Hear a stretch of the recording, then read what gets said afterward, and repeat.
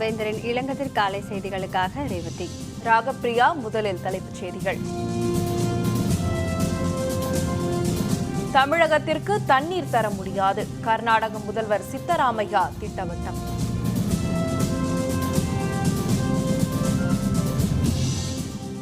அதிமுகவின் இரட்டை இலை சின்னம் யாருக்கு? தேர்தல் ஆணையம் இன்று இறுதி விசாரணை.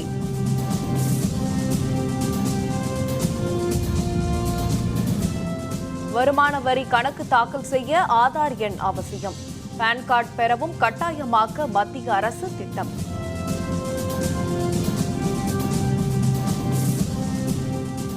ஜார்க்கண்ட் மாநிலத்தில் துப்பாக்கிச் சூடு, துணை மேயர் உள்பட 4 பேர் சுட்டுக்கொலை. உச்சநீதிமன்றம் உத்தரவிட்டும் தமிழகத்திற்கு காவிரியில் தண்ணீர் திறந்துவிட முடியாது என கர்நாடக முதல்வர் சித்தராமையா திட்டவட்டமாக தெரிவித்துள்ளார். காவிரி நதிநீர் பிரச்சினை தொடர்பான வழக்கு உச்சநீதிமன்றத்தில் நேற்று விசாரணைக்கு வந்தது. அப்போது வழக்கை விசாரித்த நீதிபதி தீபக் மிஸ்ரா அடங்கிய அமர்வு கர்நாடக அரசு காவிரி நதிநீரை தமிழகத்திற்கு தொடர்ந்து வழங்காமல் இருப்பது குறித்து சரமாரியாக கேள்வி எழுப்பியது. கர்நாடக அரசு தமிழகத்திற்கு வினாடிக்கு 2000 கன அடி நீரை காவிரியிலிருந்து தமிழகத்திற்கு திறந்துவிட வேண்டும் என்று உத்தரவிட்டது. வரும் ஜூலை 11ஆம் தேதி வரை நாள்தோறும் தண்ணீர் திறந்துவிட வேண்டும் எனவும் அறிவுறுத்தி உச்சநீதிமன்றம் இந்த வழக்கின் இறுதி விசாரணையை ஜூலை 11ஆம் தேதிக்கு ஒத்திவைத்துள்ளது. இதுகுறித்து பெங்களூருவில் செய்தியாளர்களுடன் பேசிய கர்நாடக மாநில முதல்வர் சித்தராமையா தங்களது மாநிலத்தில் உள்ள அணைகளில் தண்ணீர் இல்லை என்றும் தங்களது பயன்பாட்டிற்கே தண்ணீர் பற்றாக்குறையாக உள்ளதாகவும் இந்த நிலையில் தமிழகத்திற்கு எப்படி தண்ணீர் திறந்துவிட முடியும் எனவும் கேள்வி எழுப்பினார். தமிழகத்திற்கு ஒருபோதும் தண்ணீர் திறந்துவிட முடியாது என கூறினார். உச்சநீதிமன்றம் தமிழகத்திற்கு தண்ணீர் திறந்துவிடுமாறு இதுபோன்று பலமுறை உத்தரவிட்டும் கர்நாடக அரசு நடவடிக்கை எதுவும் எடுக்கவில்லை என்பது குறிப்பிடத்தக்கது. Sir, Supreme Court has given interim order to release 2,000 cusecs water. You have no water to release. You have no water. இரட்டை இலை சின்னத்தை யாருக்கு ஒதுக்குவது என்பது தொடர்பாக சசிகலா அணி மற்றும் பன்னீர்செல்வம் அணியினரிடம் விசாரணை நடத்தி தேர்தல் ஆணையம் இன்று அறிவிக்கவுள்ளது. சென்னையில் உள்ள டாக்டர் ராதாகிருஷ்ணன் நகர் தொகுதிக்கான இடைத்தேர்தல் அடுத்த மாதம் 12ஆம் தேதி நடைபெறுகிறது.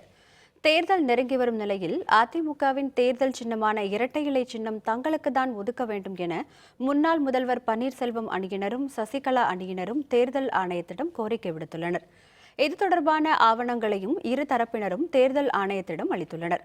இரு தரப்பினரும் இன்று காலை 10:30 மணிக்கு தேர்தல் ஆணையர்கள் முன் ஆஜராகி தங்களது இறுதி வாதத்தை முன்வைக்க உள்ளனர். இதனை முன்னாள் அமைச்சரான பாண்டியராஜன் தமது ட்விட்டரில் தெரிவித்துள்ளார்.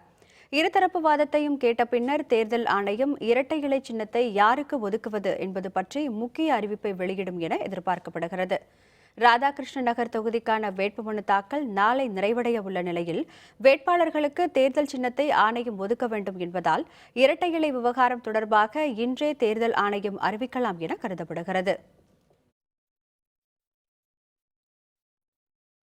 சென்னை ராதாகிருஷ்ண நகர் தொகுதி இடைத்தேர்தலில் போட்டியிடும் திமுக வேட்பாளர் மருது கணேஷ் இன்று தமது வேட்புமனுவை தாக்கல் செய்ய உள்ளார். ராதாகிருஷ்ண நகர் தொகுதி இடைத்தேர்தலில் திமுக, அதிமுக, தேமுதிக, பாரதிய ஜனதா, மார்க்சிய கம்யூனிஸ்ட், நாம் தமிழர் கட்சி, எம்ஜிஆர் அம்மா, தீபா பேரவை பொதுச்செயலர் தீபா என 7 முனை போட்டி நிலவுகிறது. இதில் போட்டியிடும் திமுக வேட்பாளர் வழக்கறிஞர் மருது கணேஷ் இன்று மதியம் 1 மணிக்கு தமது வேட்புமனுவை தாக்கல் செய்ய உள்ளார். பழைய வண்ணை அஞ்சல் அலுவலகம் அருகே உள்ள அண்ணா சிலையிலிருந்து ஊர்வலமாக புறப்பட்டு மாநகராட்சி மண்டல அலுவலகத்தில் தமது வேட்புமனுவை தாக்கல் செய்ய உள்ளார். வேட்புமனு தாக்கலுக்கு நாளை கடைசி நாள் என்பதால் டாக்டர் ராதாகிருஷ்ண நகர் தொகுதியில் தேர்தல் சூடு பிடித்துள்ளது. சொத்து குவிப்பு வழக்கில் ஜெயலலிதா விடுவிக்கப்பட்டதற்கு எதிராகவும் அபராத தொகை 100 கோடி ரூபாயை வசூலிப்பது எப்படி என்பதை தெளிவுபடுத்த கோரியும் கர்நாடக அரசு உச்சநீதிமன்றத்தில் சீராய்வு மனு தாக்கல் செய்துள்ளது. சொத்து குவிப்பு வழக்கில் பெங்களூரு தனி நீதிமன்றம் முன்பு ஜெயலலிதாவிற்கு 4 ஆண்டுகள் சிறை தண்டனையும் 100 கோடி ரூபாய் அபராதமும், சசிகலா, இளவரசி சுதாகரன் ஆகியோருக்கு தலா 4 ஆண்டுகள் சிறை தண்டனையும் தலா 10 கோடி ரூபாய் அபராதமும் விதித்து தீர்ப்பளித்தது. பின்னர் கர்நாடக உயர்நீதிமன்றம் அவர்களை விடுதலை செய்ததை எதிர்த்து தொடரப்பட்ட மேல்முறையீட்டு வழக்கை விசாரித்த உச்சநீதிமன்றம் பெங்களூரு தனி நீதிமன்றம் வழங்கிய தண்டனையை உறுதி செய்து தீர்ப்பளித்தது. ஜெயலலிதா மரணமடைந்து விட்டதால் வழக்கிலிருந்து அவர் விலக்கப்படுவதாக நீதிபதிகள் கூறினார்கள். உச்சநீதிமன்ற தீர்ப்பின்படி சசிகலா, இளவரசி சுதாகரன் ஆகியோர் 4 ஆண்டு சிறை தண்டனை அனுபவிக்க வேண்டும். அத்துடன் தலா 10 கோடி ரூபாய் அபராதமும் செலுத்த வேண்டும். ஜெயலலிதா மரணமடைந்து விட்டதால் அவர் சார்பில் 100 கோடி ரூபாய் அபராத தொகையை செலுத்த வேண்டுமா என்பது தொடர்பாக தெளிவற்ற நிலையே இருந்து வந்தது. இந்நிலையில் சொத்து குவிப்பு வழக்கில் உச்சநீதிமன்றத்தில் கர்நாடக அரசு சீராய்வு மனு தாக்கல் செய்துள்ளது. இதில் ஜெயலலிதாவுக்கு விதிக்கப்பட்ட அபராத தொகையான 100 கோடி ரூபாயை வசூலிப்பது எப்படி என்பது குறித்து தெளிவுபடுத்த கோரியுள்ளதாக தெரியவந்துள்ளது.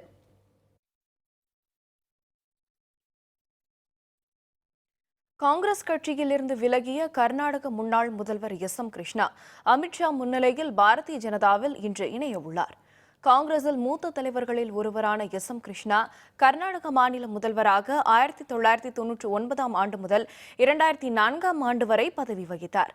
பின்னர் 2009ஆம் ஆண்டு வரை மகாராஷ்டிர மாநில ஆளுநராகவும் வெளியுறவுத்துறை அமைச்சராகவும் கிருஷ்ணா பணியாற்றியுள்ளார்.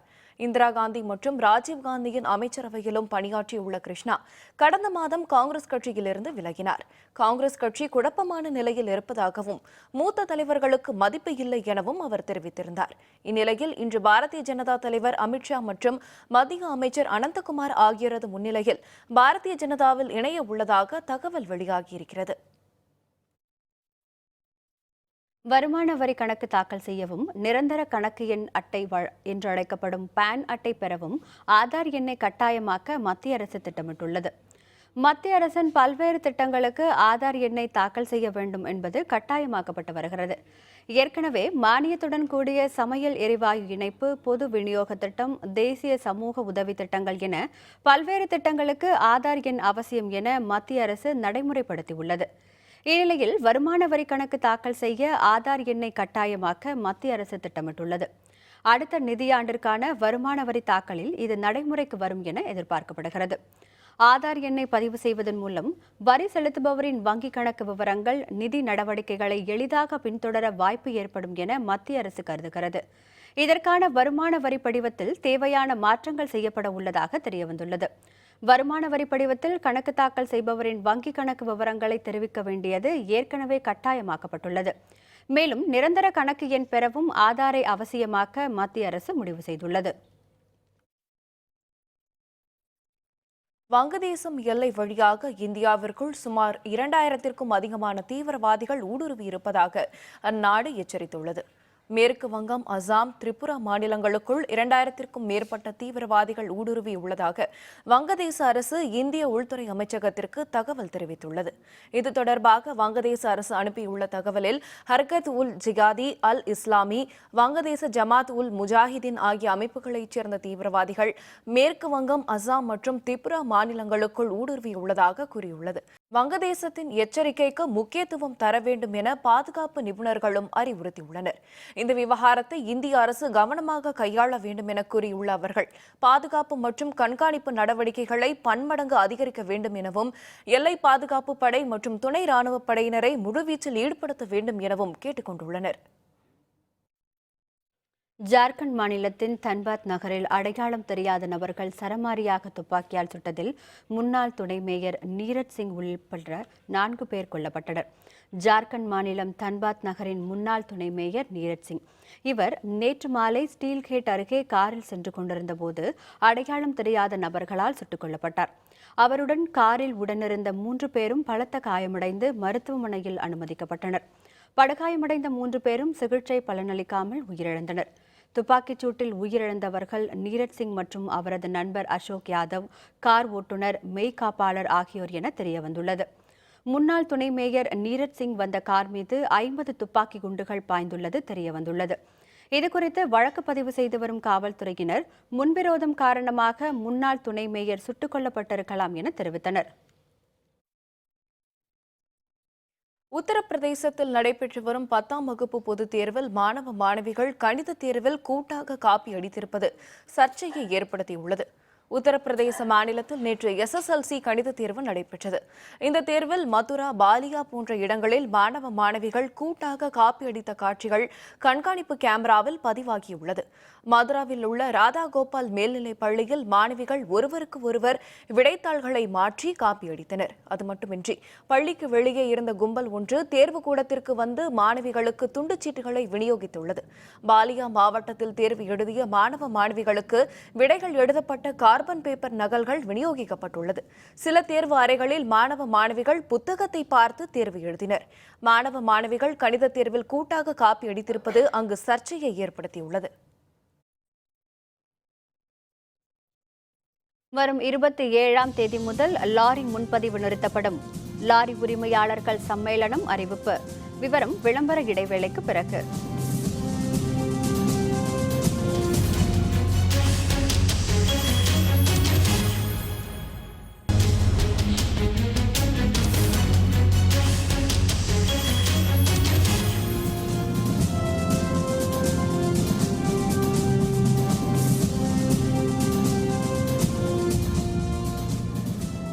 செய்திகள் தொடர்கின்றன. தமிழகத்தில் கடந்த 150 ஆண்டுகளில் இல்லாத அளவுக்கு கடுமையான வறட்சி நிலவுவதாக இந்திய கம்யூனிஸ்ட் கட்சியின் மூத்த தலைவர் ஆர். நல்லக்கண்ணு தெரிவித்துள்ளார். திருச்சி திருவள்ளர்சோலையில் விதிமுறைகளை மீறி அளவுக்கு அதிகமாக மணல் அள்ளப்படுவதை அறிந்து நேரில் ஆய்வு செய்தார். பின்னர் செய்தியாளர்களுடன் பேசிய அவர், நதிநீர் பிரச்சினையில் தற்போது நீதிமன்றங்களை கூட நம்ப முடியவில்லை என்றும் போராட்டம் மட்டுமே இதற்கு தீர்வு எனவும் தெரிவித்தார்.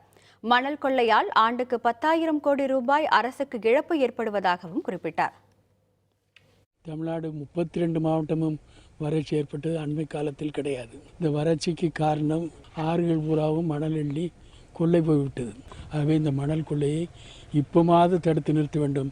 இப்போ கூட அது தடுத்து நிறுத்தாமல் அனுமதிப்பது மிகப்பெரிய தவறு. அரசு உடனடியாக இந்த காவிரி ஆற்றில் மணல் எழுவதை தடுத்து நிறுத்த வேண்டும்.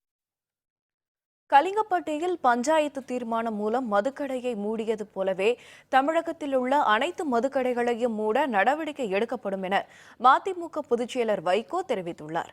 மதிமுக சார்பில் நடைபெற்ற மது ஒழிப்பு விழிப்புணர்வு பேரணி சென்னை எழும்பூர் ராஜரத்தினம் விளையாட்டு திடலில் தொடங்கி சிந்தாதிரிப்பேட்டையில் நிறைவடைந்தது.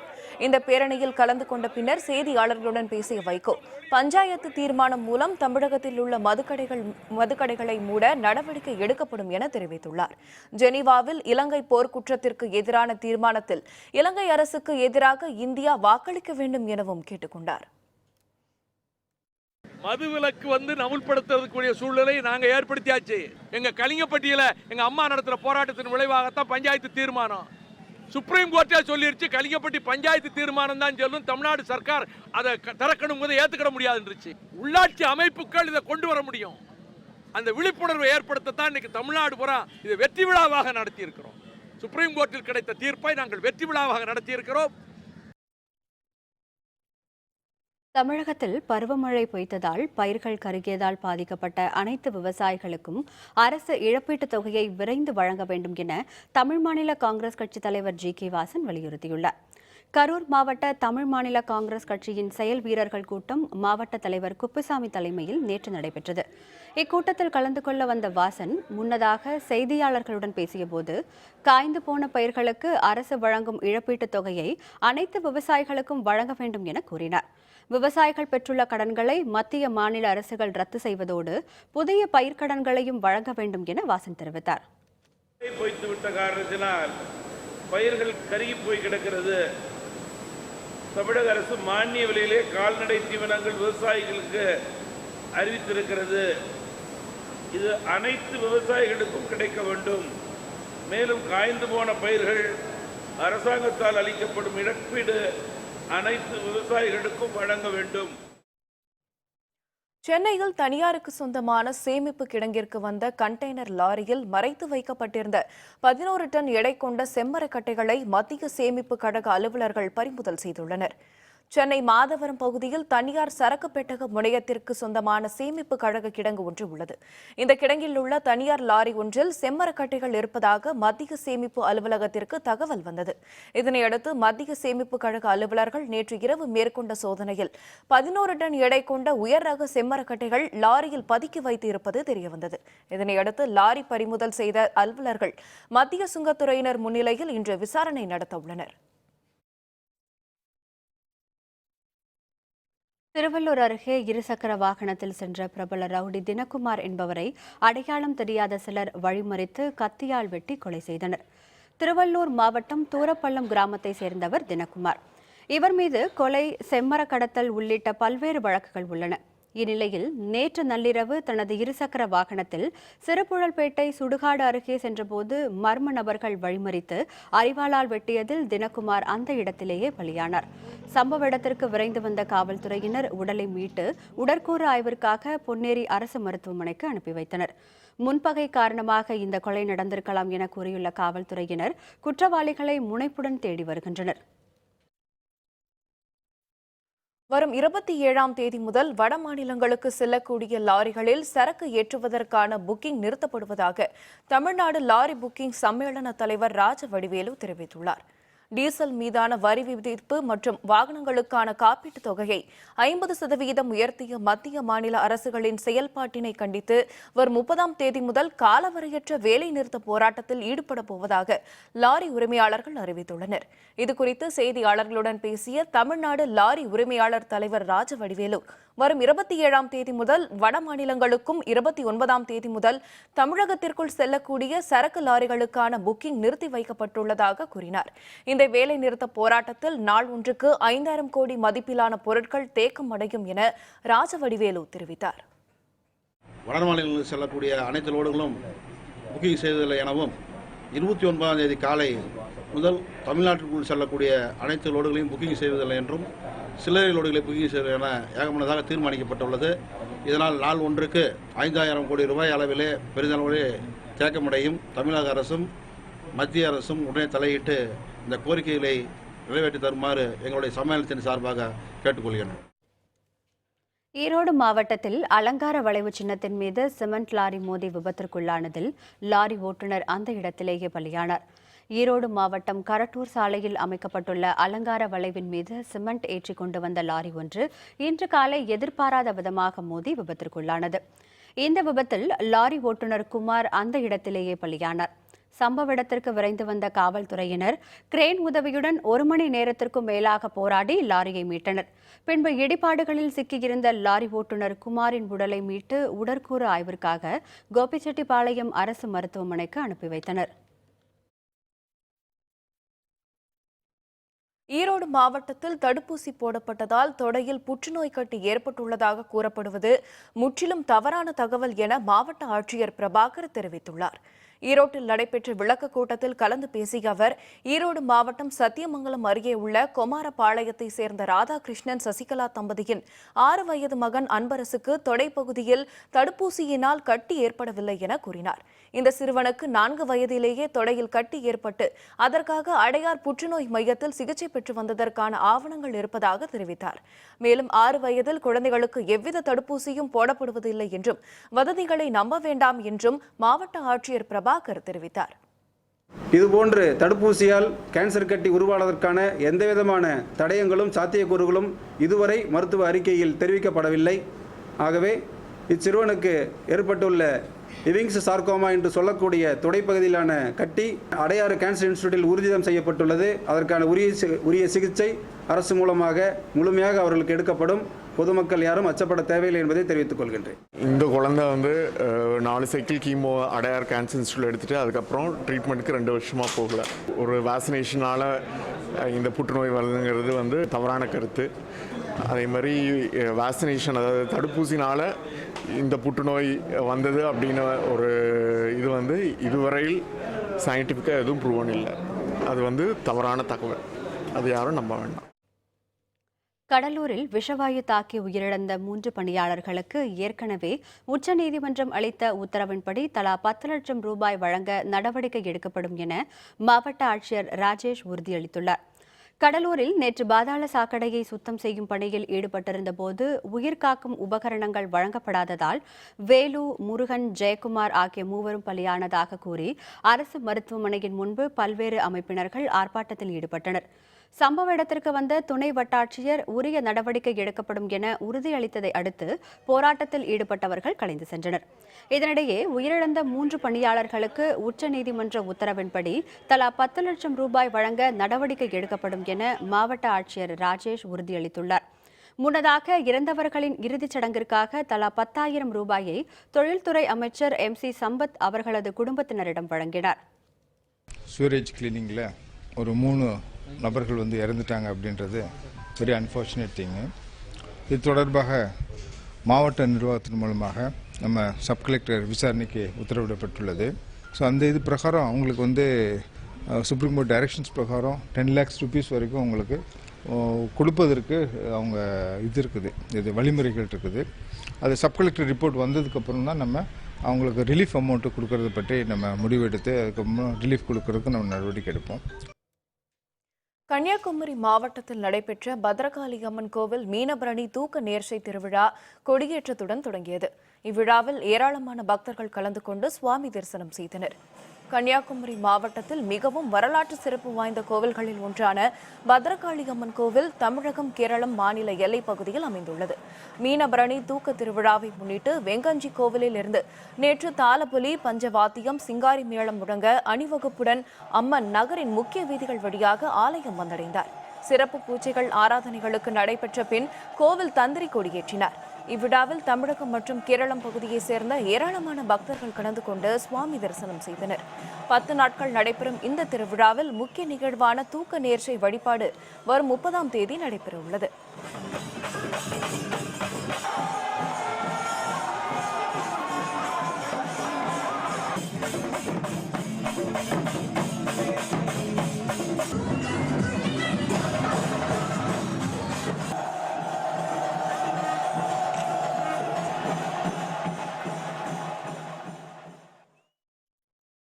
விழுப்புரம் மாவட்டத்தில் அங்காளம்மன் கோவில் திருவிழாவை முன்னிட்டு நடைபெற்ற மயான கொள்ளை நிகழ்ச்சியில் திரளான பக்தர்கள் பங்கேற்று வழிபட்டனர்.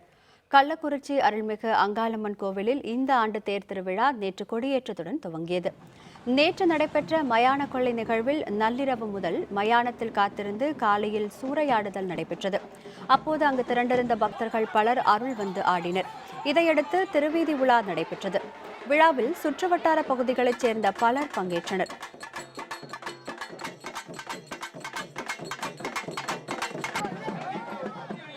கள்ளக்குறிச்சி எப்போது தோன்றியதோ அப்போதிருந்தே இந்த கோவில் எல்லாம் சிறப்பாக இருக்கிறது. பக்தர்களும் தினசரி வெள்ளிக்கிழமையானால் அங்கு சிறப்பு பூஜைகளாக நடைபெறும். அந்த பூஜைகளிலே அனைவரும் கலந்து கொண்டு பலன் பெறுகிறார்கள். இங்கு அந்த கோவில் வேண்டுதல் மக்களுக்கு சிறப்பாக நடைபெறுவதால் அங்கு ஆண்டுதோறும் திருவிழா நடைபெறுகிறது. தேவக்கோட்டையில் உள்ள சமயபுரம் மாரியம்மன் கோவில் பங்குனி பெருவிழாவில் ஏராளமான பக்தர்கள் பால்குடம் எடுத்து நேர்த்தி கடனை செலுத்தினர். சிவகங்கை மாவட்டம் தேவக்கோட்டையில் அருள்மிகு சமயபுரம் மாரியம்மன் கோவில் உள்ளது.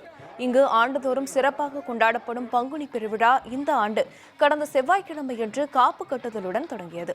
தேவக்கோட்டை மற்றும் அதன் சுற்றுப்புற பகுதிகளைச் சேர்ந்த ஏராளமான மக்கள் விரதம் இருந்தனர். காப்பு கட்டிய பக்தர்கள் ஒத்தக்கடை விநாயகர் ஆலயத்தில் பால்குடம் வேல்குத்தி நகரின் முக்கிய வீதிகள் வழியாக வலம் வந்து கோயிலை வந்தடைந்தனர்.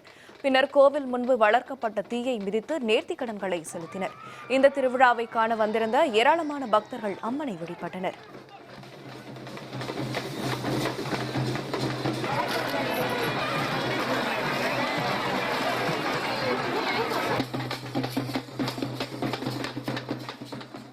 காலையில் வேல் போட்டு காவடி எடுத்தல், பால்குடம், பறவை காவடி எல்லா காவடியும் எடுக்கப்படுகிறது. அது போக நாளைக்கு இது கிராமத்தில் உள்ளவங்க, நகரத்தில் உள்ளவங்க எல்லாரும் இந்த கோயிலில் சாமி விடுவாங்க. இந்த சாமி மிகவும் பிரசித்தி பெற்ற அம்மனா திகழ்கிற தேவகோட்டை நகரில். மன்னார்குடி ராஜகோபால சுவாமி கோவில் பங்குனி பிரம்மோற்சவ விழாவை ஒட்டி பஞ்சமுக ஹனுமார், மரபுரி ராமர் கோலத்தில் வந்த சுவாமியை திரளான பக்தர்கள் தரிசித்தனர். மன்னார்குடி ராஜகோபால சுவாமி கோவில் பங்குனி பிரம்மோற்சவ விழாவின் 5வது நாள் திருவிழாவில் பஞ்சமுக ஹனுமார், மரபுரி ராமர் திருக்கோலத்தில் சுவாமி யானைக்கால் மண்டபத்தில் தொடங்கி முக்கிய வீதிகள் வழியாக உலா வந்தார். இதில் திரளான பக்தர்கள் கலந்து கொண்டு சுவாமி தரிசனம் செய்தனர்.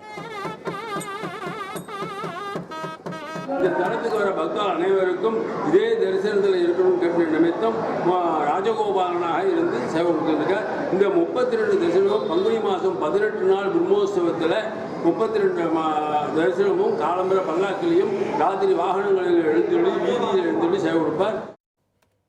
விமானங்களில் லேப்டாப் கொண்டு செல்ல தடை. அமெரிக்கா, பிரிட்டன் நாடுகள் உத்தரவு. விவரம் விளம்பர இடைவேளைக்கு பிறகு.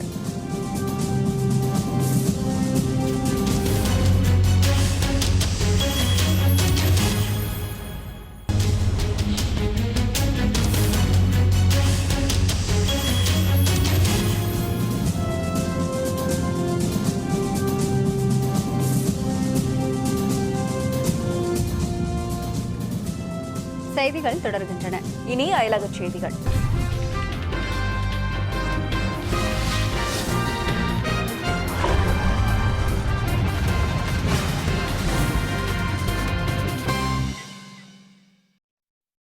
அமெரிக்காவை தொடர்ந்து 6 நாடுகளின் பயணிகள் விமானங்களில் லேப்டாப் மற்றும் மின்னணு சாதனங்களை எடுத்து வர பிரிட்டனும் தடை விதித்துள்ளது.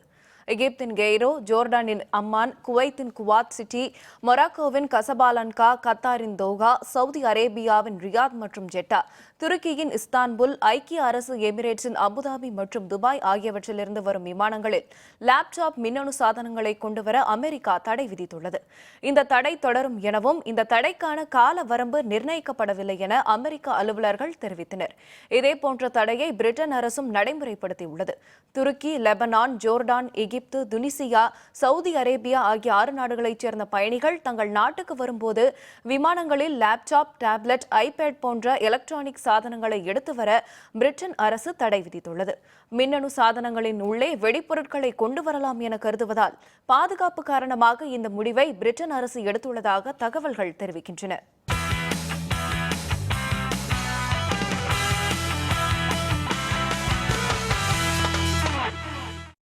பன்னாட்டு டென்னிஸ் தரவரிசை பட்டியலில் பிரிட்டனின் ஆண்டி முரே தொடர்ந்து முதலிடத்தில் உள்ளார். ஆஸ்திரேலிய ஓபன் மற்றும் இந்தியன் வெல்ஸ் கோப்பையை வென்ற ரோஜர் ஃபெடரர் 6வது இடத்தை பிடித்துள்ளார். பன்னாட்டு டென்னிஸ் தரவரிசை பட்டியலில் இங்கிலாந்தின் ஆண்டி முரே, செர்பியாவின் ஜோகோவிச், வாவ்ரிங்கா ஆகியோர் முதல் 3 இடங்களில் உள்ளனர். ஜப்பானின் நிஷிகோரி 4வது இடத்தை பிடித்துள்ளார். சுவிட்சர்லாந்தின் முன்னணி டென்னிஸ் வீரராக திகழ்ந்து வரும் ரோஜர் ஃபெடரர் 6வது இடத்திலும், ரஃபேல் நடால் 7வது இடத்திலும் உள்ளனர். இந்த ஆண்டின் முதல் கிராண்ட்ஸ்லாம் தொடரான ஆஸ்திரேலிய ஓபனிலும் அமெரிக்காவில் நடைபெற்ற இந்தியன் வெல்ஸ் தொடரிலும் சாம்பியன் பட்டம் வென்ற ரோஜர் ஃபெடரர் டென்னிஸ் தரவரிசையில் 10வது இடத்திலிருந்து தற்போது 6வது இடத்திற்கு முன்னேறியுள்ளார். மீண்டும் தலைப்புச் செய்திகள். தமிழகத்திற்கு தண்ணீர் தர முடியாது, கர்நாடக முதல்வர் சித்தராமையா திட்டவட்டம். அதிமுகவின் இரட்டை இலை சின்னம் யாருக்கு? தேர்தல் ஆணையம் இன்று இறுதி விசாரணை. வருமான வரி கணக்கு தாக்கல் செய்ய ஆதார் எண் அவசியம், பான் கார்டு பெறவும் கட்டாயமாக்க மத்திய அரசு திட்டம். ஜார்க்கண்ட் மாநிலத்தில் துப்பாக்கிச் சூடு, துணை மேயர் உள்பட 4 பேர் சுட்டுக்கொலை.